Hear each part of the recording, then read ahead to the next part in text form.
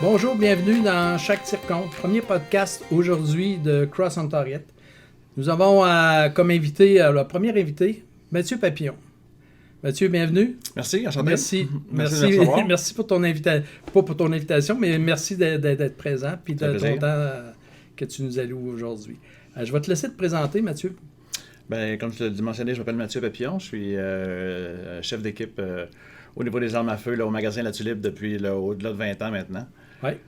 Donc, ça fait que c'est une belle place à Québec, une grosse place aussi, là, où vraiment on voit quand même beaucoup de monde. C'est un incontournable aussi à Québec. Là. Je veux dire, quand quelqu'un pense armes à feu à Québec, le nom sort assez vite. Là. Oui.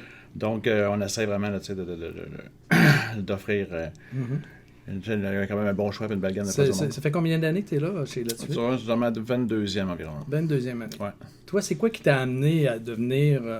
ou d'aller travailler chez La Tulipe ou de devenir conseiller au niveau de la chasse? Ben, j'ai toujours quand même eu un goût là, pour les armes à feu, pour la chasse aussi. Mm-hmm. Même si j'étais pas d'une famille, là, mon grand-père, lui, chassait, là, un père de 10 enfants, un juge.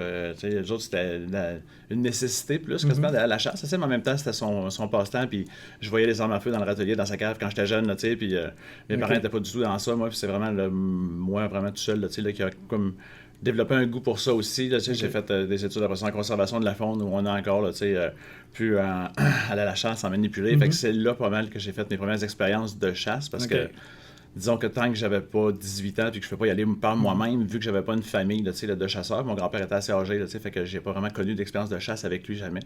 Mais vu que mes parents ne chassaient pas non plus, il a fallu que je me fasse des amis dans ce domaine-là. Puis veux pas, tant que tu n'as pas de permis d'acquisition, tu n'as pas 18 ans, tu te déplaces pas seul avec une arme. Donc à ce moment-là, j'ai fait mes premières expériences à partir de l'école, justement, conservation. Puis à partir de ça a déboulé pas mal. Là. J'ai guidé un petit peu chasse à la blanche pour mon compte. J'ai fait mes expériences de chasse à ce niveau-là. Puis le magasin La Tulipe, je veux dire, j'allais passer mon temps là, un peu comme bien des gens, là, tu sais, là... comme moi, des fois, je... c'est ça, là, tu sais, je veux dire, bon, tu sais, je vais avoir trop de monde au musée, c'est pas mercredi, mais je vais aller faire un tour chez la Tulipe, me semble, tu sais, là, c'est un peu comme la faune domestique à l'époque, quand on allait... on y allait juste pour le fun, là, tu sais, parce que le magasin était attrayant, parce que c'était beau, parce qu'il y avait du stock, tu sais, comme on dit souvent, c'est un Toys R Us pour adultes, tu sais, ça fait que c'est ça qui reste trippant d'aller voir. Donc, j'allais passer du temps là-bas, là, même quand j'attendais les autobus, des fois tout près, je rentrais au magasin, j'allais perdre une demi-heure que j'avais dans ce temps-là. Okay. Et puis, je suis rentré là dans 99 environ, là, puis dans ce temps-là, on rentrait plus dans la pêche, puis dans le département, c'était beaucoup plus petit aussi à l'époque. Oui. Mais, on migrait vers les armes à feu tranquillement, pas vite, lorsqu'on prenait en expérience vraiment. Là, donc, on vendait des articles de pêche, des cuillères, des kits de canne à pêche, des aplats, des stocks sur le plancher. Fait qu'on apprenait tranquillement à faire nos classes. Puis dans ce temps-là, l'Internet n'existait pas encore vraiment beaucoup. Fait que c'était plus les catalogues de chaque compagnie qu'il fallait ramasser là, au magasin pour essayer de gagner en expérience puis lire des articles dans des revues spécialisées. Puis c'est comme ça qu'on ramassait de plus en plus de connaissances. Et puis, avec l'avènement d'Internet, l'accessibilité à l'information, les gens sont devenus de plus en plus spécialisés là, dans leur recherche. Fait que les gens en connaissent souvent même plus que nous sur certains domaines parce que les autres étudient qu'un modèle. Nous, on en a plusieurs à retenir. Mais c'est ça, fait que maintenant, là, les gens cherchent des personnes plus spécialisées là, qui vont aller chercher l'information, qui ne vont pas justement trouver ou le côté humain là, de ce que la personne en pense, que tu ne trouves pas nécessairement sur Internet maintenant.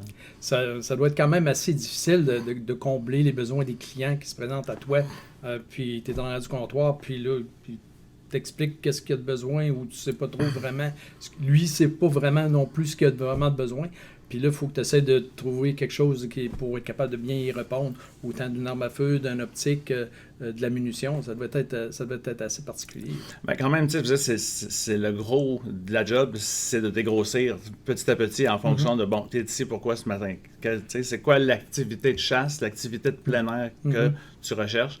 Puis en fonction de son but, en fonction de l'espèce recherchée, y a-tu peur du recul? Y a-tu du petit gibier? Est-ce qu'il y a du gros gibier dans l'histoire? Donc à ce moment-là, il y a plusieurs types d'armes à feu qu'on est capable d'aller chercher à ce moment-là. Mais c'est selon son besoin, puis c'est notre job justement d'évaluer pour finir qu'arriver à un port. Puis c'est ce qui est le plus fun dans une vente complète aussi, c'est d'avoir reçu la personne sans savoir vraiment ce qu'il a besoin. Puis tranquillement, pas vite, on descend, puis on arrive à une belle équation carrée, là, le parfait. Lui, il part, il est content, il a eu l'impression, justement, on l'a écouté, puis qu'il ne part pas avec quelque chose, qu'on lui a poussé dans la gorge, puis qu'il n'y avait pas de besoin finalement, parce que ses amis vont lui dire qu'il s'est mal fait le conseiller s'il y a quelque chose, c'était ça ma ils question connaissent tout plus suivante. ça que lui, C'était ça ma question suivante. Il doit y avoir des gens qui, oui, sont contents justement de venir te revoir, puis de te dire, écoute, regarde, j'ai la photo que j'ai tué un orignal, un chevreuil, un ours ou tout ça. Puis il doit y avoir les gens qui disent, là, écoute, c'est pas tout à fait ça que je voulais, puis ça doit être, c'est quand même difficile de répondre à un besoin clientèle qui, des fois, ne savent même pas vraiment ce qu'ils veulent, les autres aussi. Ben c'est ça, ils viennent en même temps parce que souvent, c'est des nouvelles personnes, c'est des néophytes dans le domaine. Là, puis justement, quand tu connais pas ça ou que tu as toujours eu un travail qui était complètement pas connexe à ça, je veux dire, ils viennent pour se faire conseiller. Puis comme on dit, on vend pas des lave-vaisselle, on vend des armes à feu. Là, fait que, c'est quand même important que tu t'assures que, la personne a excessivement bien compris ce que tu lui as expliqué. Puis je vais toujours leur mentionner après une vente si tu as la moindre interrogation. Tu as un questionnement, tu ne me dérangeras jamais. Puis c'est toujours normal, là, avant de faire quelque chose, là, que tu n'es pas certain, lâche-moi un coup de fil, lâche-moi, vérifie quelque chose, attends, je vais te le dire c'est quoi la bonne façon. Mais je dis au moins quand tu n'es pas certain, lâche un petit coup de fil. Fait que c'est pour ça qu'aux gens, on ne vend pas, comme je dis, des affaires, des activistes de cuisine, des trucs comme ça. C'est des affaires qui... C'est des explosions qui sont contrôlées. Je veux dire, c'est des affaires qui... C'est dangereux si c'est mal employé. Puis quand c'est bien employé, c'est juste du fun. Là, puis je veux dire, c'est un outil de travail là, comme n'importe quel autre. Puis c'est sûr qu'avec les dernières années qu'on a passées, les 2 dernières années, ça devait être assez particulier quand même au niveau de la clientèle, de la vente. Qu'est-ce qui a changé par rapport à vous autres? La vente en ligne est vraiment, ils ont été quand même assez précurseurs dans leur domaine, puis ils sont toujours en avant-garde un peu, les propriétaires de chez La Tulipe, justement, d'avoir toujours été à l'avant-garde au niveau des sites web, au niveau des premiers, avoir le site web transactionnel aussi. Fait que je dirais que maintenant, les gens dans le confort du foyer, clic, on fait acheter son matériel quand même, puis on s'entend que les activités extérieures, on la cote quelque chose de rare depuis les 2 dernières années. Si t'as pas besoin de masse dans le bois, c'est le nouveau goal, c'est la direction, l'activité par excellence à pratiquer, peu importe quoi, en milieu forestier, en milieu de plein air. Au moins, ça a vraiment donné un autre souffle, je trouve, à l'industrie de la chasse. Parce que les gens qui attendaient un petit truc comme ça pour se botter le derrière, si je peux m'exprimer ainsi, pour aller faire le cours de chasse, mais là, il y avait le temps de le faire. Maintenant, ils se font en ligne, pour la plupart. Ça fait qu'on est capable de le faire dans le confort du foyer. Donc, ça a vraiment amené une nouvelle clientèle, puis on essaie de rendre la chasse, puis on voit que les compagnies targetent beaucoup les dames, les enfants, d'amener la chasse beaucoup plus familiale aussi. Un peu comme la pêche, justement, au niveau de la chasse, c'est tout ça aussi le fun. Puis l'automne, souvent, le monde dit que ça déprime, puis que c'est une saison plate. C'est-à-dire, on n'a jamais vu un lever de soleil certain, sur le bord du fleuve, à 4h30 du matin, 5h du matin, à l'automne, avec les couleurs sur le Mont-Saint-Anne. Je veux dire, il y a des super paysages qu'on a au Québec, puis c'est une autre petite belle occasion de pouvoir découvrir des nouveaux coins au Québec, puis découvrir une nouvelle activité, en nature, puis avec toute la famille, louer un chalet, quelque part, puis aller acheter au petit gibier, les enfants sont contents d'aller chercher les perdrix que le père a. C'est le fun, là. Ça amène un nouvel aspect au niveau de la chasse qui était plus, je pourrais dire, dans le temps, réservé seulement qu'aux hommes. Aujourd'hui, on a ouvert ça avec les 2 dernières années, avec la COVID, à la famille, puis de ramener un attrait ou une envie d'aller chasser, parce qu'il y avait des gens qui avaient abandonné. Mais je pense qu'avec les 2 dernières années, les gens ont retrouvé le goût de la nature, puis d'être capables de se réintégrer au niveau de la chasse ou au niveau de la pêche, puis ça a dû changer beaucoup au niveau de la clientèle, puis la demande de votre clientèle chez vous. Absolument, puis c'est surtout aussi que les compagnies vont maintenant offrir des produits beaucoup plus de qualité, fait que dans le temps, je veux dire, une dame qui allait à la chasse, elle prenait un extra small pour homme, puis elle avait quand même 2 pouces de manche au bout des doigts, puis on faisait avec ça. Maintenant, je veux dire, il y a des compagnies spécialisées, même autant des grandes lignes que des compagnies spécialisées uniquement dans le vêtement pour dames, pour enfants, fait qu'on a des ensembles de chasse autant pour jeunes que pour dames, maintenant, ça paraît pas, mais une tuque avec un trou pour la couette pour la dame, c'est bien pensé, mais là, franchement, on vient de gagner déjà en confort. Les gants de la bonne taille, les coutures faites, puis cintrées pour fitter au corps d'une dame. Donc, à ce moment-là, on a pas froid à l'extérieur, on est capable de passer du temps à l'extérieur, puis plus on a du fun en faisant l'activité, moins on veut qu'elle se termine rapidement, fait qu'on peut t'offrir des journées de temps complètes en situation de chasse, puis vraiment, tout est adapté, ou même au niveau des armes à feu, il y a des gabarits plus présent, on a des armes adaptées pour les femmes. Absolument, il y a plusieurs années, trouver une carabine gauchère, c'était de l'ouvrage, mais trouver une carabine pour dame, on n'en parlait même pas, là. Non. C'était une carabine en bois, tu faisais couper à la crosse, puis tu faisais mettre un gros pad, là, puis je veux dire, c'était ça. Tandis que maintenant, avec l'arrivée des anti-reculs, on en a des calibres aussi, le Magnum, justement, qui peuvent être utilisés par des dames, par des jeunes. Fait que même, vu que le sport du tir devient de plus en plus même populaire, je veux dire, favoriser la concentration, l'évaluation de distance, il y a plusieurs, choses tripantes à faire au niveau du tir qui va nous servir en situation de chasse chaque fois. Oui. On a tous vu du monde aller tirer 3 balles avant chasse, puis je veux dire, ça fait exactement probablement 10 ans qu'ils ont la même boîte de balles. Ils en tirent une, OK, c'est encore dans l'assiette à tarte, on s'en va à chasse. C'est ça. Une tartelette, non, peut-être? Non, ouais, je pense que la tarte, c'est un bon mot. Oui, on l'entend souvent celle-là. Oui. Fait que c'est ça. Fait qu'au moins, maintenant, l'équipement, l'amélioration de l'équipement, puis ça favorise vraiment une bonne période en situation de forêt, là, puis en nature, puis vraiment, là, ça change toute la donne, en fait. Là. Ah oui. Puis aujourd'hui, écoute, au niveau des équipements, tout ça, avec ce qu'on a vécu, puis ce qu'on vit encore aujourd'hui, est-ce que on peut magasiner comme on magasinait avant. Avant, tu sais, on magasinait, on appelait ici, on appelait là, puis on disait, OK, là, c'est moins cher, attends-moi, puis là, je reviens, puis je vais avoir ma boîte de balles ou la carabine, tout ça. Ça doit avoir changé beaucoup, ça.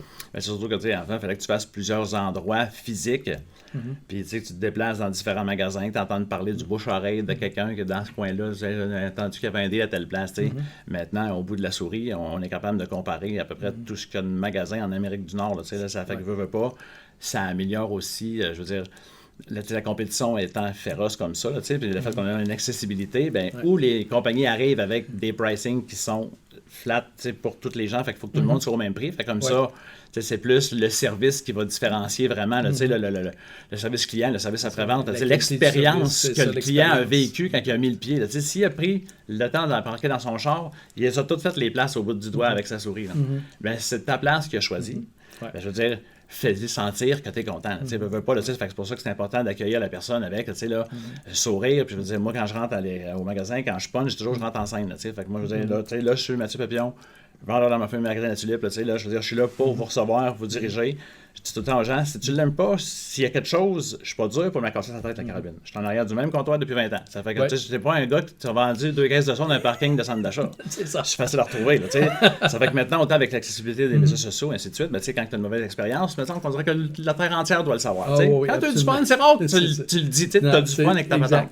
Mais quand tu n'as pas eu une expérience, quelque chose, tu as l'impression que tout le monde le sache. C'est facile. Ça fait que c'est facile. Tu n'as pas la personne en face de toi. Fait que c'est ça que tu penses tout le temps en mettant en arrière-temps. Tu as toujours ça en arrière de la tête. Fait que c'est pour ça que chaque jour, je me dis tout le temps, lui, je ne sais pas si je vais le revoir, je ne sais pas si ça va devenir un ami, je ne sais pas si ça va devenir un client de longue date, mais ce que je veux, c'est quand il va retourner chez eux, qu'ils disent à ses chums, hey, voilà, j'ai eu du fun, puis je ne sais pas pourquoi, mais je suis reparti de là, ça m'a coûté 2000$, puis j'étais content. Ben oui. Ça veut dire que ma job était bien faite. Ah oui, absolument.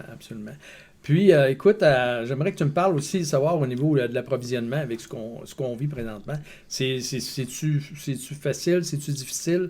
Il manque-tu de produits? On est-tu capable de s'approvisionner de munitions, d'armes à feu, d'optiques aussi facilement qu'auparavant? Les délais sont beaucoup plus longs. Je veux dire, c'est sûr et certain que ça, on le voit. Puis, déjà que c'est un milieu qui a toujours été un peu hasardeux au niveau des commandes. Tu as une date approximative de peut-être que. Fait que ça te donne de quoi à le dire aux clients.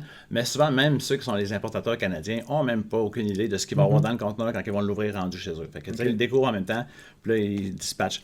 Fait qu'au niveau des armes, je voudrais qu'on est somme toute assez bien livré. C'est quand même surprenamment efficace. Puis, il n'y a pas de puce dans ça, ça doit aider. Ça fait que. Mais reste, je te dirais qu'au niveau des munitions, là, c'est un petit peu plus. C'est ça qui est le pire. Les gens ont quand même. Accumuler de la munition, surtout du côté américain aussi, là, quand tu leur parles de pandémie, quand tu leur parles tu dirais zombie, ça serait à peu près la même affaire dans leur tête. Là, ça fait que ça en accumule beaucoup.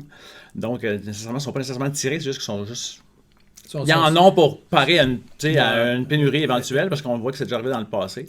Les compagnies qui produisent les munitions, eux aussi, ils ont retourné la moitié de leur staff à la maison pour le COVID. Donc, les usines n'ont pas pu rouler à plein régime comme ils auraient voulu.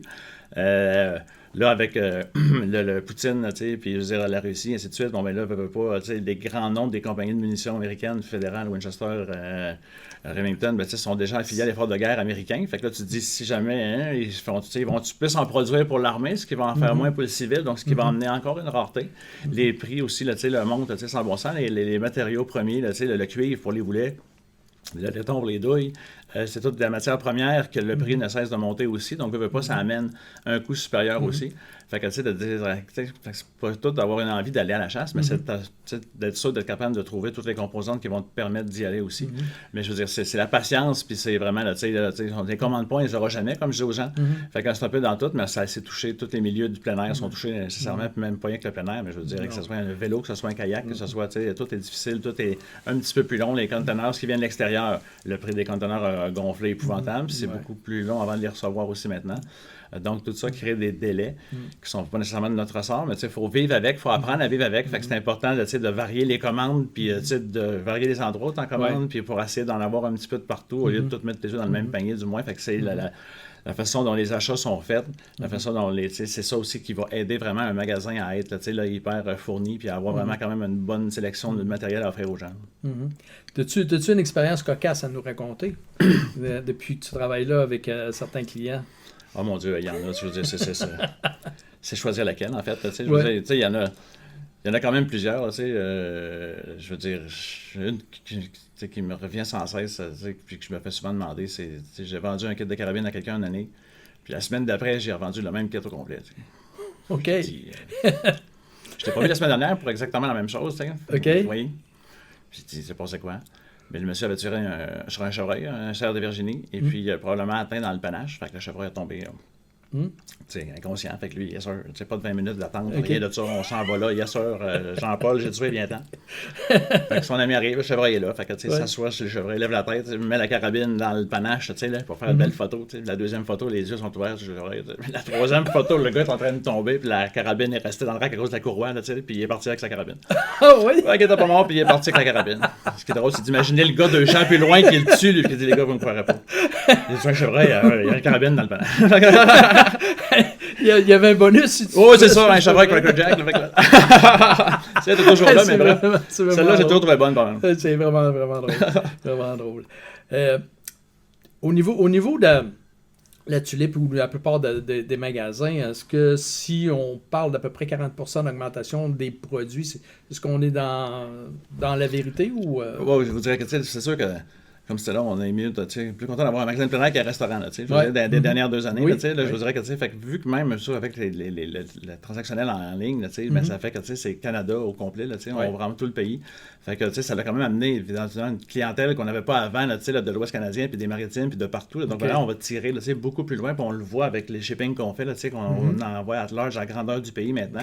Fait que, veut pas, ça l'a amené quand même une augmentation, pas du chiffre d'affaires du magasin, mais en même temps, c'est que, comme on dit, ça a la cote vraiment beaucoup le plein air présentement, puis ça l'a vraiment amené une toute nouvelle clientèle, puis vraiment une clientèle que ça lui tentait, mais il lui manquait quelque chose pour faire le pas, puis là, franchement, je veux dire, on voit, juste au niveau des cours de chasse, on se dit, ils se donnent en ligne, mais il y a toujours le maniement qui se donne dans des salles de cours. Et puis... c'est plein, des mois d'avance. Dès qu'une place se libère parce que quelqu'un annule, il y en a qui ne font que ça, regarder tous les jours, voir s'il ne sait pas libérer une place pour que leur fils puisse faire le cours, que sa fille puisse faire le cours, que sa femme puisse faire le cours. Puis anciennement, t'envoyais ta femme faire son cours, c'était pour avoir un deuxième permis de chevreuil. Maintenant, c'est parce que tu t'aperçois que ça coûte moins d'air lousse quand elle est avec toi, quand tu es bonne, ça donne seul, ça fait que il y a peut-être moyen de rendre ça, trippant, puis autant on peut chasser, autant juste la villégiature, on a loué un chalet, regarde, moi je vais à la chasse, toi, profite-en pour lire, fait que là, vraiment, c'est un autre trip, mais au moins, tu changes du quotidien, t'es pas là, dans ta routine, puis ça fait du bien de temps en temps de casser la routine, puis de sortir justement en famille, puis de se ressourcer, puis c'est une belle occasion de pouvoir le faire, dans ce genre de milieu-là. Oui, mais c'est sûr que c'est quand même bien qu'on puisse s'adapter comme ça, parce que, comme je le disais tantôt aussi, ça réservait vraiment aux hommes, puis on allait dans un petit shack, puis c'était pas important d'avoir la douche, avoir toutes les facilités à l'intérieur de ça, puis tu fais passer 2 semaines là-bas, puis tu te laves pas, c'était bien correct. Aujourd'hui, c'est vraiment différent. C'est à amener une autre dynamique de ce côté-là. Oh oui, absolument, vraiment. Puis comme je disais tantôt, c'est la qualité du matériel maintenant aussi fait que veux pas, tu finis pas ta journée aussi sale, puis aussi de fait que quand tu y allais avec un saut en laine carotté, le casque qui match avec les culottes puis le côte, puis je veux dire, là c'est en laine, puis puis là maintenant tu as les sous-couches, puis je veux dire, tout le système, on voit vraiment qu'ils ont appliqué la technologie de l'alpinisme, mais aux vêtements de chasse maintenant. Les vêtements de chasse, c'est vraiment bien adapté parce que oui, comme tu dis, si on prend ces vêtements-là, sans nommer des noms, des marques, mais si on va vers des vêtements de chasse, ça va être beaucoup plus adapté, même avec de la technologie des gens qui font de la montagne ou font du plein air, mais on va retrouver des poches, des endroits où on va être capable de mettre notre GPS, où on va être capable de mettre nos munitions, de mettre notre couteau, ou peu importe, là, tous les équipements qui sont adaptés pour le type de sport qu'on fait. Exactement, c'est ça. Fait que c'est ce qu'on ne trouvait pas avant. Puis, tu sais, le système multicouche maintenant, les systèmes, c'est en fait, tu sais, la majorité du temps, c'est des guides qui, eux, sont tout le temps, tu sais, là, 200 jours par année dans le bois, à guider des gens. Puis c'est eux autres qui ont les grandes demandes, puis c'est à eux que les grandes compagnies vont faire confiance, tu sais, là, puis vont faire tester des trucs, tu sais, c'est pas Jean-Paul, tu sais, là, qui prend une semaine de temps en temps pour aller en Anticosti avec ses boys, tu sais, puis il le fait une fois 4 ans, tu sais, lui, je veux dire, un 3 dans 1, ça va être son bonheur, il comprendra pas le besoin. Non, mais quelqu'un qui va, tu sais, on a aussi que maintenant, anciennement, l'orignal, c'était une cache, un bûcher, tu calls, il arrive, tu sais, merci, bonsoir. C'est ça. De moins en moins, les gens, on dirait qu'ils aiment chasser comme ça, là, tu sais, là, on dirait que, tu sais, ils aiment plus, justement, là, tu sais, la chasse fine, là, tu sais, là, il faut prendre pour un orignal, là, tu sais, là, imiter les comportements de l'orignal. Ça amène une proximité aussi, ça t'amène, tu sais, vraiment une relation, puis ça t'amène une expérience de chasse qui est beaucoup plus hors norme, tu sais, là, que de juste l'avoir appelé, il est arrivé, bang, tu sais, je veux dire, c'est évident qu'il va venir là, ça fait un an que je le nourris, puis que je l'habitue à venir là, tu sais, ça fait qu'à un moment donné, il ne faut pas s'attendre à ce qu'il sorte ailleurs, là, tu sais, je veux dire, tu sais, absolument. Absolument, faire de la chasse fine, tu sais, puis de voir l'animal, tu sais, s'approcher de toi, puis de le tirer à 15-20 pieds, là, ça fait monter l'adrénaline, là, c'est vraiment un autre, pas un autre type de chasse, mais un autre dimension au niveau de la chasse, tu sais, de voir arriver ce cheval-là, parce que c'est pratiquement aussi gros qu'un cheval, tu sais, de voir s'approcher de ça, puis, tu sais, de l'avoir déjoué, puis qu'ils s'en viennent aussi près de toi, là, c'est vraiment... C'est la fierté aussi, là, tu sais, vraiment, tu dis, c'est pas juste, je l'ai appelé, là, tu sais, puis à 1000 pieds, là, il sait même pas encore que c'est pas une ring, mais là, je veux dire, t'es à 15-20 pieds, là, c'est que du début où il est parti, d'une montagne plus loin, aller là, il était sûr que t'étais un orignal, toi aussi, là, tu sais, ça fait que tu dis, t'as compris le comportement de l'animal, t'as imité son, tu sais, les odeurs, t'as le contrôle des odeurs, il y a quand même énormément de choses à contrôler pour se rendre à une proximité comme ça, mais je veux dire, tu sais, on a-tu écouté des vidéos, on a-tu regardé les DVD, on a-tu appris, on a-tu vu dans les revues, on s'informe de l'un, on s'informe de l'autre, on prend son expérience, on y va durant l'été pour essayer d'essayer des affaires, là, tu sais, puis fait que c'est vraiment, là, tu sais, la façon de déjouer l'animal, puis c'est ce qu'on recherche tous, en fait, là, tu sais, puis c'est la confiance, puis c'est le prestige, puis la fierté qu'on a, tu sais, quand on a abattu quelque chose de même. T'es content de l'avoir fait, mais tu dis, je l'ai mérité en tabarouette, là, tu sais, je veux dire, c'est pas juste, je me suis assis là, j'ai payé tant, mais c'est bien, boum, c'est fini. Ben, c'est la nouvelle... pas de génération, mais de nouvelle mode aujourd'hui. Tu sais, on le voit là, avec différents chasseurs, là, tu sais, qu'on voit qui ont des livres, des vidéos, puis qu'on voit beaucoup sur Internet, là, qui ont amené cette nouvelle dimension-là au niveau de la chasse, de pouvoir, puis de dire à quel endroit on va trouver ces animaux-là, parce que tout le monde pensait que tu chasses sur le bord d'un lac, puis t'es correct, tu sais, puis ils vont venir boire à un moment donné. Ben oui. Mais aujourd'hui, ces gens-là, tu sais, qui ont enseigné, puis ils enseignent encore, puis ils sont sur le terrain pour démontrer leur technique qui donne des résultats. Puis les gens, ben écoute, je pense qu'ils ont embarqué dans cette nouvelle génération de chasseurs-là, parce que les chasseurs de cache, oui, c'est un chasseur. Puis c'est correct qu'il y ait ce genre de chasse-là, parce que c'est pas tout le monde qui sont habilités à aller dans le bois, puis qui ont les capacités, parce qu'il y en a qui ont des incapacités de pouvoir se déplacer dans le bois. Fait que c'est correct d'avoir une variété de types de chasse qu'on peut faire, qui peut se pratiquer pour l'ensemble des gens. Absolument. Puis on dit qu'il y a quand même une amélioration au niveau des vêtements et tout, mais tout ce qui tourne autour de la chasse, je veux dire, que ce soit les contrôleurs d'odeur, que ce soit les urines. Alors, recule, il y a 30 ans, là, tu voulais de l'urine, tu le ramassais dans ton orignal de l'année d'avant, là. Tu congelais ça, puis ça te servait au printemps quand tu allais faire ta salide, là, tu sais, là. Puis je veux dire, il n'y avait pas d'urine, on est rendu sur urine synthétique maintenant, là, tu sais, je veux dire, avec, je veux pas, tout ce qui touche, tu sais, vraiment, là, tu sais, même il y a les vêtements, mais je veux dire, tous les équipements, les palans, là, tu sais, ne pas forcer après pour monter un orignal d'un arbre, tout s'est amélioré avec les années, là, tu sais, vraiment, puis les produits, là, tous les attractifs, là, tu sais, les minéraux, je veux dire, tu aurais parlé de ça, là, il y a un des premiers là, qui en ont vendu beaucoup au Québec, là, éventuellement, là, nous racontait il y a quelques années dans un souper, là, quand ils ont rentré la crack et la cocaïne là, à Chevreuil par les douanes aux États-Unis. Là. Ah oui, de la paperasse. Je veux bien de la paperasse. Oui. Une palette de côte, une palette de crack à la douane. Là. J'en ai pas pensé. C'était les premiers, là, tu sais. Ça existait déjà aux États-Unis, mais je veux dire, tu rentres ça aux douanes canadiennes, que c'est ça. Fait que, tu sais, c'est tout ça qu'il a fallu améliorer. Puis, je veux dire, la qualité des produits s'est améliorée avec le temps aussi. Mais, tu sais, c'est pas si loin que c'est pas si loin que ça pareil. Là, avant, c'était du sel, d'acide d'attard. Puis encore, même, souvent, c'était même pas utilisé bien encore à ce moment-là. Le sel, là, ça s'est développé par la suite. On a compris aussi plus le comportement de l'animal, puis ce que ça apportait comme bienfait, puis pourquoi on l'accoutumait à venir à des endroits X, puis qu'est-ce qu'il venait chercher quand il venait chercher du sel en le regardant venir sur le bord des routes au printemps. Il y a tout un lien à faire. C'est de même que tranquillement, pas vite, ça s'est amélioré. Puis on est rendu où on est rendu maintenant. Ah, ben écoute, c'est un beau changement, puis c'est le fun pour les chasseurs, puis la nouvelle génération de chasseurs. Puis écoute, Mathieu, ça a été un plaisir de te recevoir. Oui, merci de ton temps. Pas trop. Puis n'importe quand. On s'en reparle plus tard. Ça m'a fait plaisir, Mario. Merci. Bye.